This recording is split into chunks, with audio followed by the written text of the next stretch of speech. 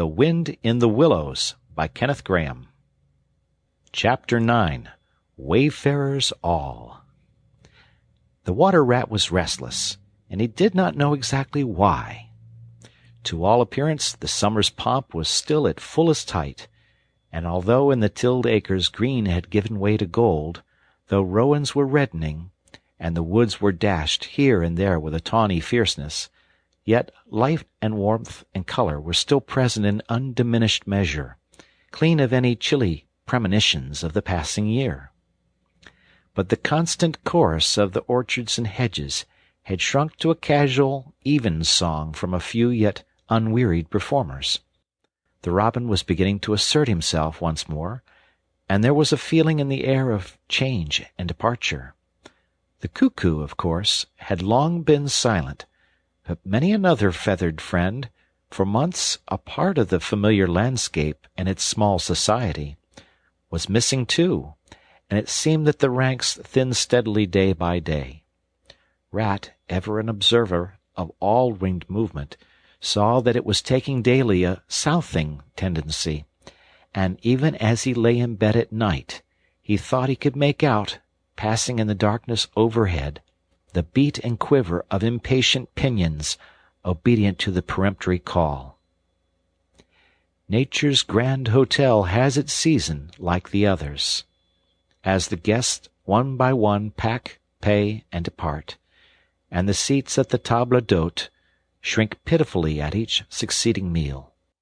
As suites of rooms are closed, carpets taken up, and waiters sent away, those boarders who are staying on, en pension, until the next year's full reopening, cannot help being somewhat affected by all those flittings and farewells, the eager discussion of plans, routes, and fresh quarters, this daily shrinkage in the stream of comradeship.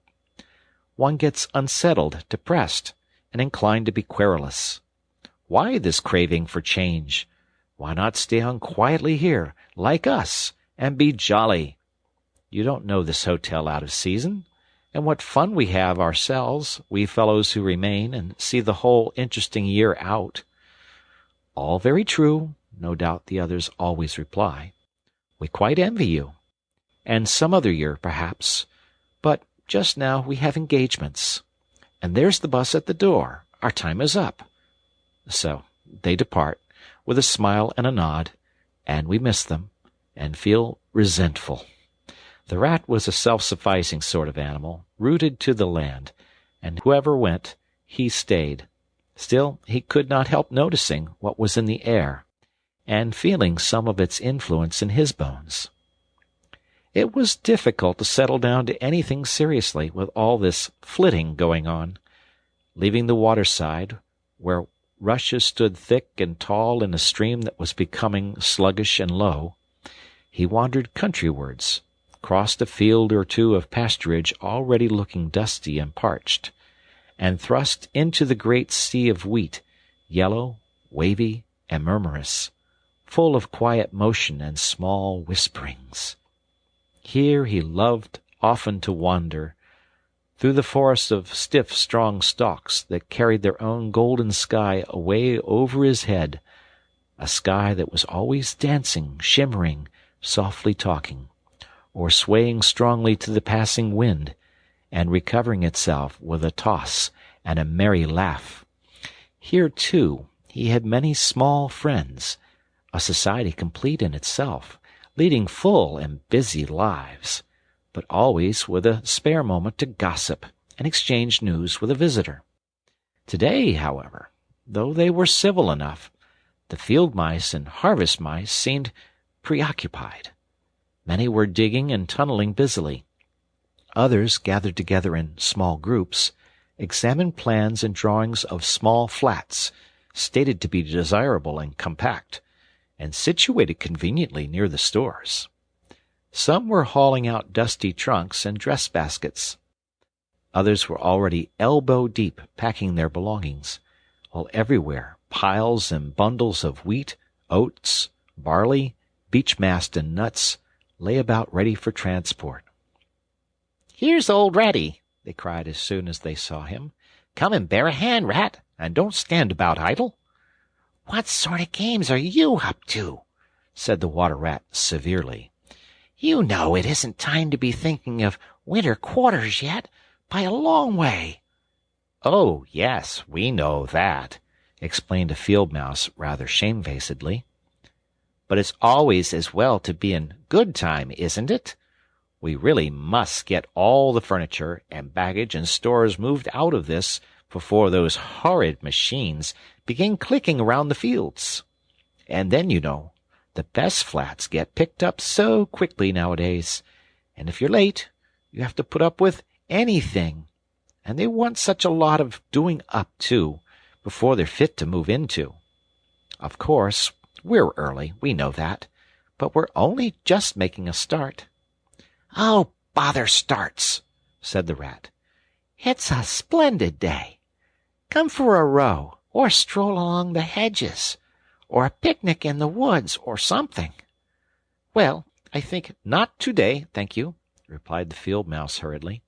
"Perhaps some other day, when we've more time." The Rat, with a snort of contempt, swung round to go, tripped over a hat-box, and fell with undignified remarks. "If people would be more careful," said a field mouse rather stiffly, "and look where they're going, people wouldn't hurt themselves and forget themselves. Mind that hold-all, Rat. You'd better sit down somewhere. In an hour or two we may be more free to attend to you." "You won't be free, as you call it, much this side of Christmas, I can see that," retorted Rat grumpily as he picked his way out of the field. He returned somewhat despondently to his river again, his faithful, steady-going old river, which never packed up, flitted, or went into winter quarters. In the osiers which fringed the bank he spied a swallow sitting. Presently it was joined by another, and then by a third, and the birds, fidgeting restlessly on their bough, talked together earnestly and low. "What, already?" said the Rat, strolling up to them. "What's the hurry? I call it simply ridiculous." "Oh, we're not off yet, if that's what you mean," replied the first swallow. "We're only making plans and arranging things. Talking it over, you know. What route we're taking this year, and where we'll stop, and so on. That's half the fun." "Fun," said the Rat. "Now that's just what I don't understand. If you've got to leave this pleasant place, and your friends who will miss you, and your snug homes that you've just settled into, why, when the hour strikes, I've no doubt you'll go bravely and face all the trouble and discomfort and change and newness, and make believe that you're not very unhappy. But to want to talk about it, or even think about it till you really need to—" "No, you don't understand, naturally," said the second swallow. "First, we feel it stirring within us, a sweet unrest. Then back come the recollections, one by one, like homing pigeons. They flutter through our dreams at night. They fly with us in our wheelings and circlings by day. We hunger to inquire of each other, to compare notes, and assure ourselves that it all is really true, as one by one the scents and sounds and names of long-forgotten places come gradually back and beckon to us." "Couldn't you stop on for just this year?" suggested the Water Rat wistfully. "We'll all do our best to make you feel at home. You've no idea what good times we have here while you are far away." "I tried stopping on one year," said the third swallow. "I had grown so fond of the place that when the time came I hung back and let the others go on without me.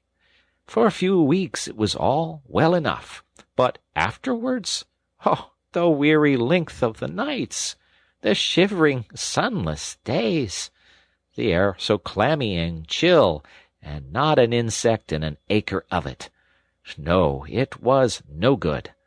My courage broke down, and one cold, stormy night I took wing, flying well inland on account of the strong easterly gales. It was snowing hard, as I beat through the passes of the great mountains, and I had a stiff fight to win through. But never shall I forget the blissful feeling of the hot sun again on my back as I sped down to the lakes that lay so blue and placid below me, and the taste of my first fat insect. The past was like a bad dream. The future was all happy holiday as I moved southwards week by week, easily, lazily, lingering as long as I dared, but always heeding the call. No, I've had my warning. Never again did I think of disobedience. "Oh, yes, the call of the South, of the South," twittered the other two dreamily. "Its songs, its hues, its radiant air.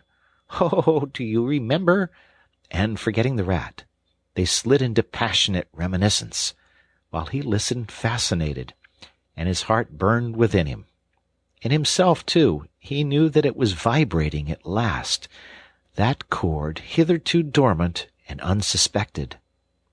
The mere chatter of those southern-bound birds, their pale and second-hand reports, had yet power to awaken this wild new sensation and thrill him through and through with it. What would one moment of the real thing work in him? One passionate touch of the real southern sun, one waft of the authentic odor. With closed eyes he dared to dream a moment in full abandonment, and when he looked again, the river seemed steely and chill, the green fields gray and lightless. Then his loyal heart seemed to cry out on his weaker self for its treachery. "Why ever do you come back, then, at all?" he demanded of the swallows jealously. "What do you find to attract you in this poor, drab little country?" "And do you think," said the first swallow, "that the other call is not for us too, in its due season? The call of lush meadow grass, wet orchards, warm insect-haunted ponds, of browsing cattle, of haymaking, and all the farm buildings clustering round the house of the perfect eaves?" "Do you suppose," asked the second one, "that you are the only living thing that craves with a hungry longing to hear the cuckoo's note again?"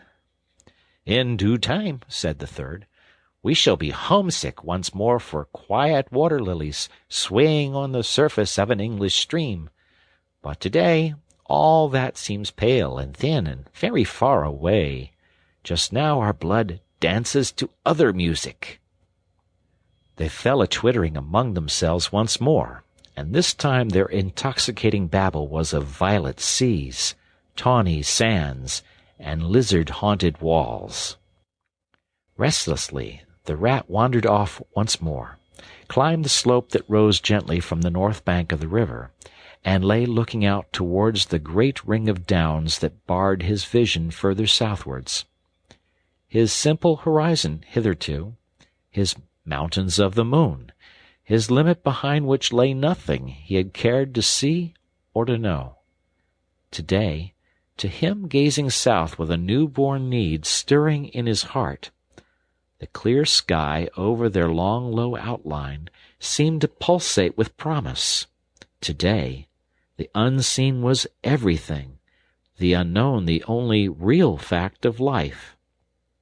On this side of the hills was now the real blank. On the other lay the crowded and colored panorama that his inner eye was seeing so clearly. What seas lay beyond, green, leaping, and crested! What sun-bathed coast, along which the white villas glittered against the olive woods! What quiet harbors, thronged with gallant shipping bound for purple islands of wine and spice, islands set low in languorous waters! He rose and descended riverwards once more, then changed his mind and sought the side of the dusty lane. There, lying half buried in the thick, cool underhedge tangle that bordered it, he could muse on the metalled road, and all the wondrous world that it led to, on all the wayfarers, too, that might have trodden it, and the fortunes and adventures They had gone to seek, or found unseeking, out there, beyond, beyond. Footsteps fell on his ear, and the figure of one that walked somewhat wearily came into view, and he saw that it was a rat, and a very dusty one. The wayfarer, as he reached him, saluted with a gesture of courtesy that had something foreign about it, hesitated a moment, then, with a pleasant smile, turned from the track and sat down by his side in the cool herbage. He seemed tired, and the rat let him rest unquestioned, understanding something of what was in his thoughts, knowing, too, the value all animals attach at times to mere silent companionship, when the weary muscles slacken and the mind marks time. The wayfarer was lean and keen-featured, and somewhat bowed at the shoulders. His paws were thin and long, his eyes much wrinkled at the corners, and he wore small gold earrings in his neatly set, well-shaped ears. His knitted jersey was of a faded blue. His breeches, patched and stained, were based on a blue foundation, and his small belongings that he carried were tied up in a blue cotton handkerchief. When he had rested a while, the stranger sighed, snuffed the air, and looked about him. "That was clover, that warm whiff on the breeze," he remarked. "And those are cows we hear cropping the grass behind us, and blowing softly between mouthfuls. There is a sound of distant reapers, and yonder rises a blue line of cottage smoke against the woodland. The river runs somewhere close by, for I hear the call of a moor-hen, and I see by your build that you're a fresh-water mariner. Everything seems asleep, and yet going on all the time. It is a goodly life that you lead, friend, no doubt the best in the world, if only you are strong enough to lead it." "Yes, it's the life, the only life to live," responded the water-rat dreamily, and without his usual whole-hearted conviction. "I did not say exactly that," replied the stranger cautiously, "but no doubt it's the best. I've tried it, and I know. And because I've just tried it, 6 months of it, and know it's the best, here am I, footsore and hungry, tramping away from it, tramping southward, following the old call, back to the old life, the life which is mine and which will not let me go." "Is this, then, yet another of them?" mused the rat. "And where have you just come from?" he asked. He hardly dared to ask where he was bound for. He seemed to know the answer only too well. "Nice little farm," replied the wayfarer briefly. "Up along in that direction." He nodded northwards. "Never mind about it. I had everything I could want, everything I had any right to expect of life, and more, and here I am. Glad to be here all the same, though, glad to be here. So many miles further on the road, so many hours nearer to my heart's desire." His shining eyes held fast to the horizon, and he seemed to be listening for some sound that was wanting from that inland acreage, vocal as it was, with the cheerful music of pasturage and farmland. "You are not one of us," said the water-rat, "nor yet a farmer, nor even, I should judge, of this country." "Right," replied the stranger. "I'm a seafaring rat, I am, and the port I originally hail from is Constantinople, though I'm a sort of a foreigner there, too, in a manner of speaking. You will have heard of Constantinople, friend, a fair city, and an ancient and glorious one. And you may have heard, too, of Sigurd, king of Norway, and how he sailed thither with 60 ships, and how he and his men rode up through streets all canopied in their honor with purple and gold, and how the Emperor and Empress came down and banqueted with him on board his ship. When Sigurd returned home, many of his Northmen remained behind and entered the Emperor's bodyguard. And my ancestor, a Norwegian-born, stayed behind too, with the ship that Sigurd gave the Emperor. Seafarers we have ever been, and no wonder. As for me, the city of my birth is no more my home than any pleasant port between there and the London River. I know them all, and they know me. Set me down on any of their quays or foreshores, and I am home again." "I suppose you go great voyages," said the Water Rat with growing interest. "Months and months out of sight of land, and provisions running short, and allowanced as to water, and your mind communing with the mighty ocean, and all that sort of thing?" "By no means," said the Sea Rat frankly. "Such a life as you describe would not suit me at all. I'm in the coasting trade, and rarely out of sight of land. It's the jolly times on shore that appeal to me as much as any seafaring. Oh, those southern seaports! The smell of them, the riding lights at night, the glamour." "Well, perhaps you have chosen the better way," said the Water Rat, but rather doubtfully. "Tell me something of your coasting, then, if you have a mind to, and what sort of harvest an animal of spirit might hope to bring home from it, to warm his latter days with gallant memories by the fireside. For my life, I confess to you, feels to me today somewhat narrow and circumscribed." "My last voyage," began the Sea Rat, "that landed me eventually in this country, bound with high hopes for my inland farm, will serve as a good example of any of them, and indeed as an epitome of my highly colored life.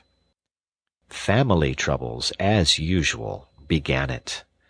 The domestic storm-cone was hoisted, and I shipped myself on board a small trading vessel bound from Constantinople, by classic seas whose every wave throbs with a deathless memory, to the Grecian islands and the Levant.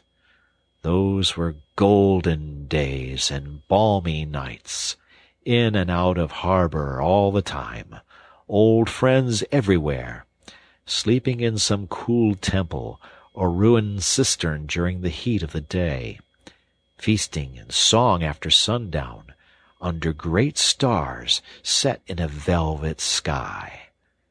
Thence we turned and coasted up the Adriatic, its shores swimming in an atmosphere of amber, rose, and aquamarine. We lay in wide landlocked harbors. We roamed through ancient and noble cities, until at last one morning, as the sun rose royally behind us, we rode into Venice down a path of gold.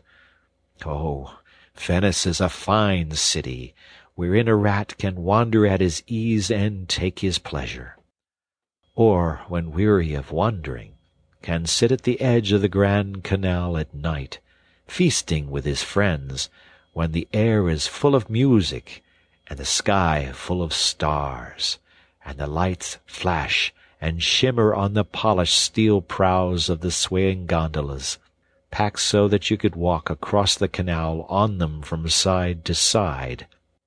And then the food. Do you like shellfish? Well, we won't linger over that now."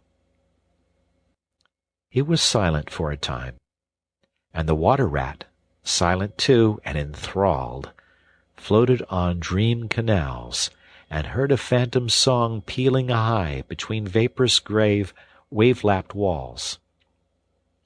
"Southwards we sailed again at last," continued the Sea Rat, "coasting down the Italian shore, till finally we made Palermo, and there I quitted for a long, happy spell on shore. I never stick too long to one ship.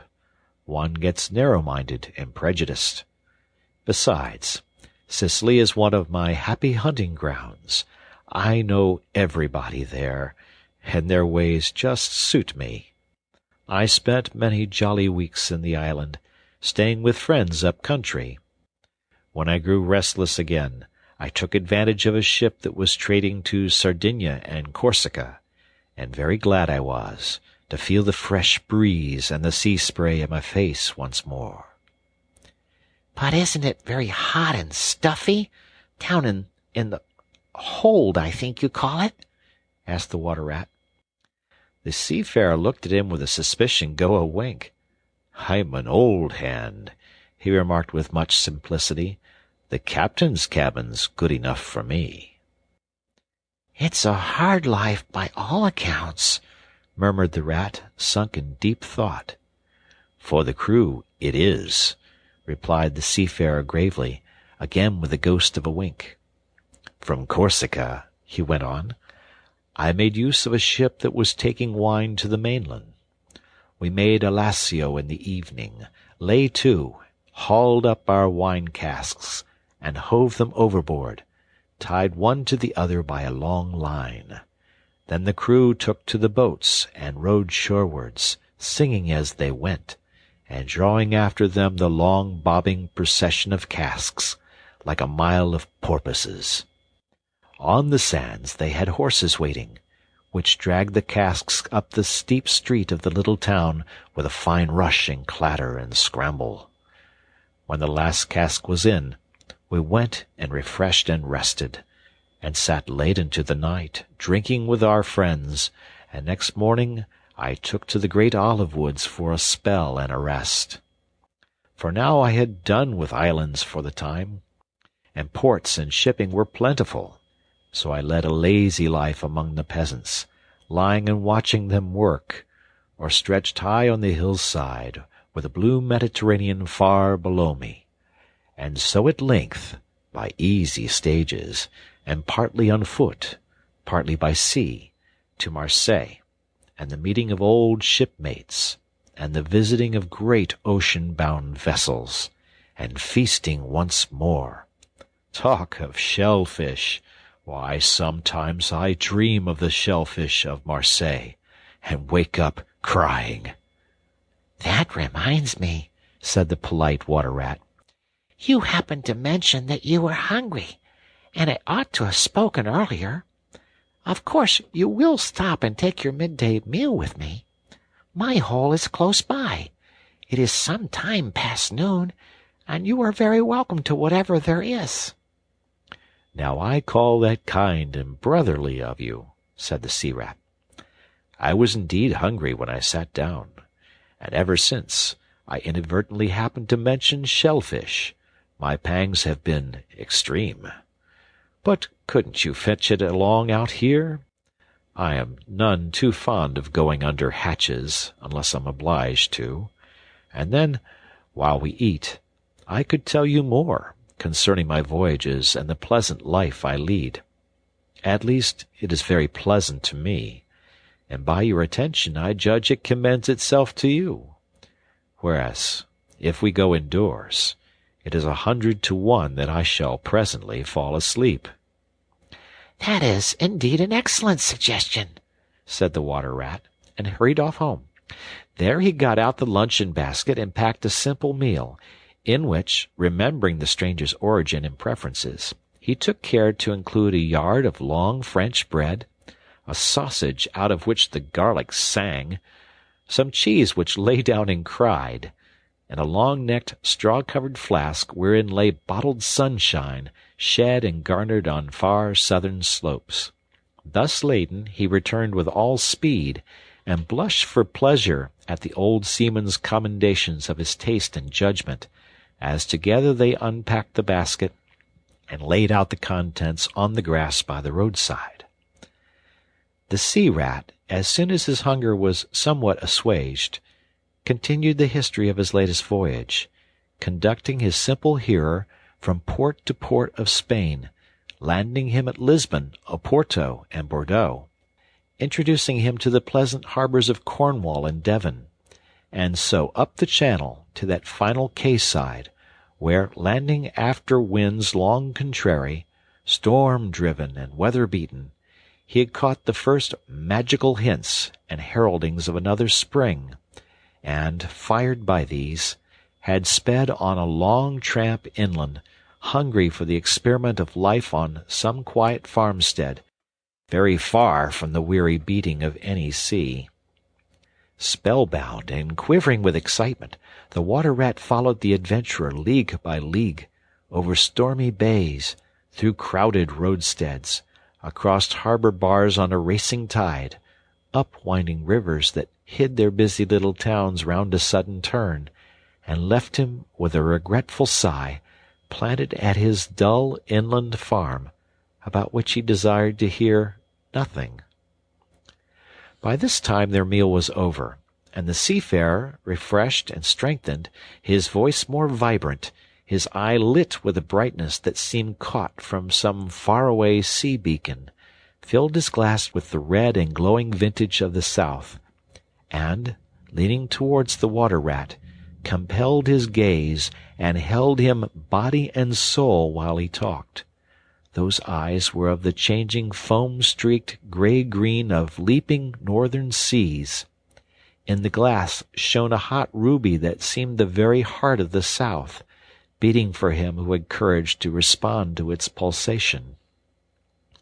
The twin lights, the shifting grey and the steadfast red, mastered the water-rat and held him bound, fascinated, powerless.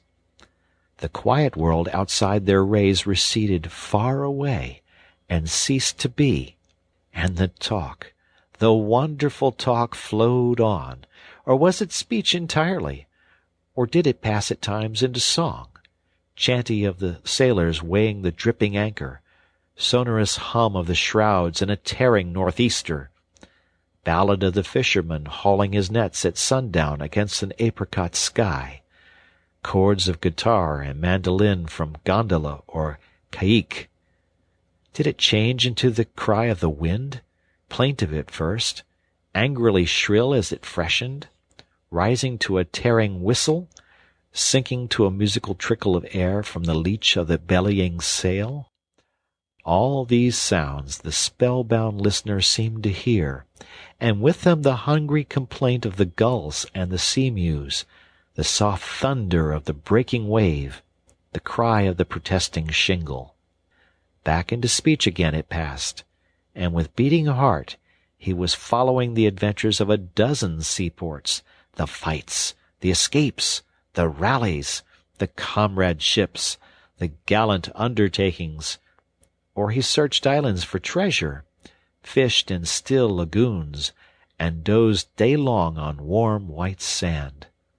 Of deep-sea fishings he heard tell, and mighty silver gatherings of the mile-long net, of sudden perils, noise of breakers on a moonless night, or the tall bows of the great liner taking shape overhead through the fog, of the merry homecoming, the headland rounded, the harbor lights opened out, the groups seen dimly on the quay, the cheery hail, the splash of the hawser, the trudge up the steep little street towards the comforting glow of red-curtained windows.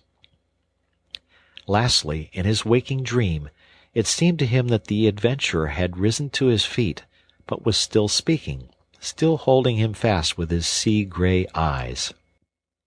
"And now," he was softly saying, "I take to the road again, holding on southwestwards for many a long and dusty day, till at last I reach the little grey sea-town I know so well, that clings along one steep side of the harbor. There through dark doorways you look down flights of stone steps, overhung by great pink tufts of valerian and ending in a patch of sparkling blue water.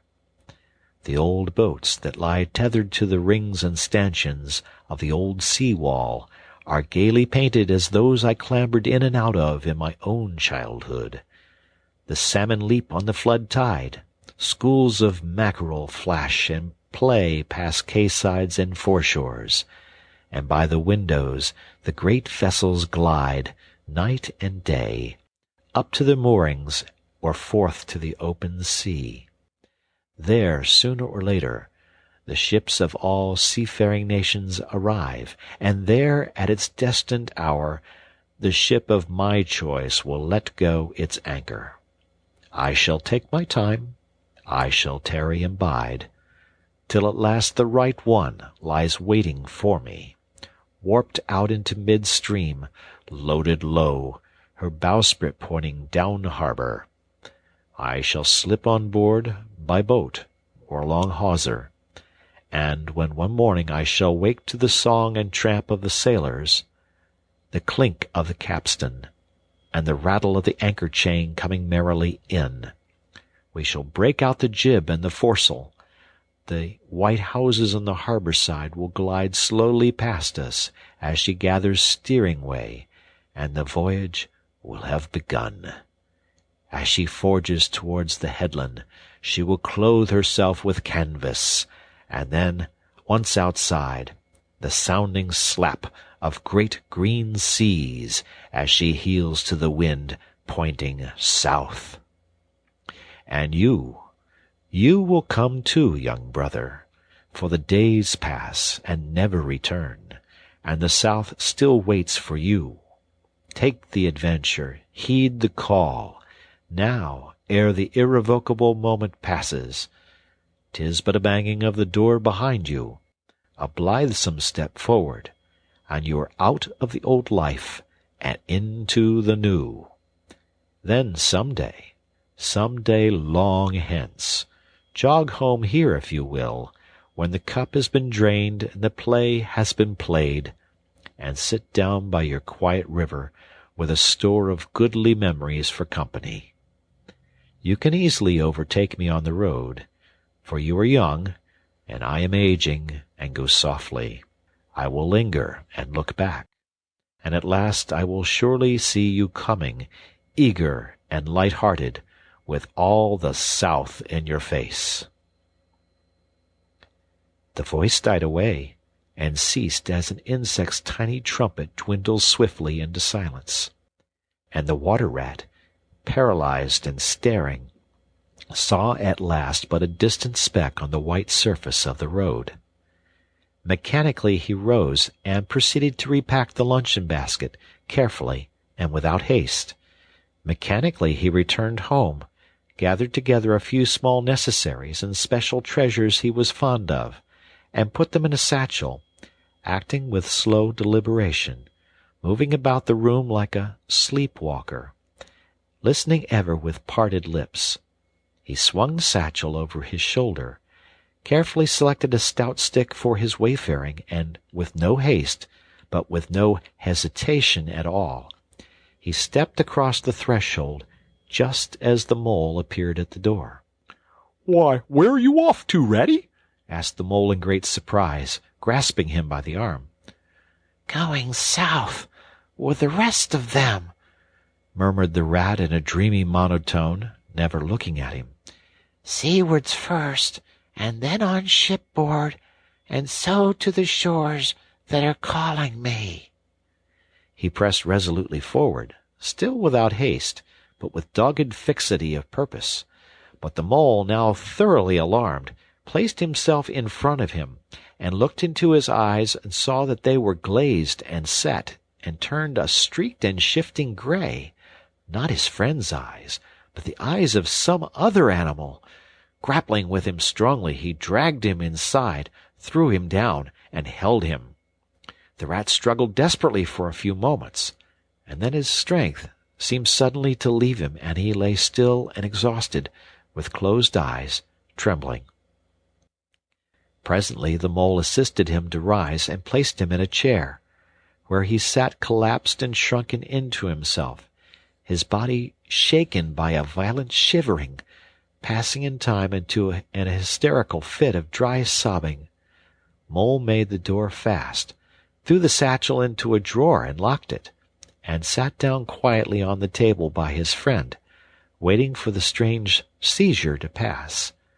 Gradually the rat sank into a troubled doze, broken by starts and confused murmurings of other things strange and wild and foreign to the unenlightened mole, and from that he passed into a deep slumber. Very anxious in mind, the mole left him for a time and busied himself with household matters. And it was getting dark when he returned to the parlour and found the rat where he had left him, wide awake indeed, but listless, silent, and dejected. He took one hasty glance at his eyes, found them, to his great gratification, clear and dark and brown again as before, and then sat down and tried to cheer him up, and help him to relate what had happened to him. Poor Ratty did his best by degrees to explain things, but how could he put into cold words what had mostly been suggestion? How recall, for another's benefit, the haunting sea voices that had sung to him? How reproduce at second hand the magic of the seafarer's 100 reminiscences? Even to himself, now the spell was broken and the glamour gone, he found it difficult to account for what had seemed, some hours ago, the inevitable and only thing.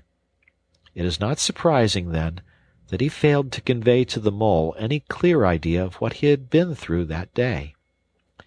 To the mole this much was plain. The fit or attack had passed away, and had left him sane again, though shaken and cast down by the reaction. But he seemed to have lost all interest for the time in things that went to make up his daily life, as well as in all pleasant forecastings of the altered days and doings that the changing season was surely bringing. Casually, then, and with seeming indifference, the mole turned his talk to the harvest that was being gathered in, and the towering wagons and their straining teams, the growing ricks, and the large moon rising over bare acres dotted with sheaves. He talked of the reddening apples around, of the browning nuts, of jams and preserves and the distilling of cordials, till by easy stages such as these he reached midwinter, its hearty joys and its snug home life, and then he became simply lyrical. By degrees the rat began to sit up and join in. His dull eye brightened, and he lost some of his listening air. Presently the tactful mole slipped away and returned with a pencil and a few half-sheets of paper, which he placed on the table at his friend's elbow. "It's quite a long time since you did any poetry," he remarked. "You might have a try at it this evening, instead of, brooding over things so much. I've an idea that you'll feel a lot better when you've got something jotted down, if it's only just the rhymes." The rat pushed the paper away from him wearily, but the discreet mole took occasion to leave the room, and when he peeped in again some time later, the rat was absorbed and deaf to the world, alternately scribbling and sucking the top of his pencil. It is true that he sucked a good deal more than he scribbled, but it was joy to the mole to know that the cure had at last begun. The end of chapter 9.